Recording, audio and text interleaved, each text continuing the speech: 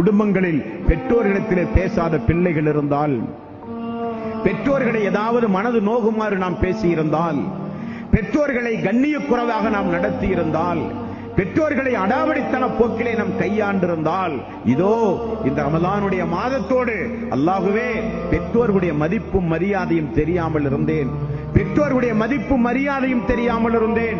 ரசூலுல்லாஹி ஸல்லல்லாஹு அலைஹி வஸல்லம் எவ்வளவு அருமையாக சொன்னார்கள்.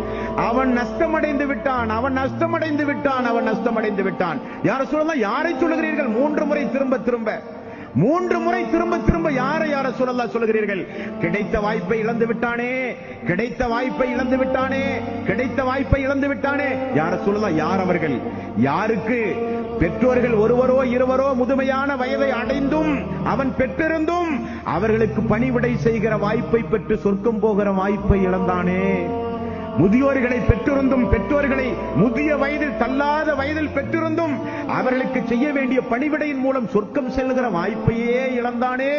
அவனை விட நஷ்டவாளி யாரும் இல்லை என்றார்கள் ரசூலுல்லாஹி ஸல்லல்லாஹு அலைஹி வஸல்லம்.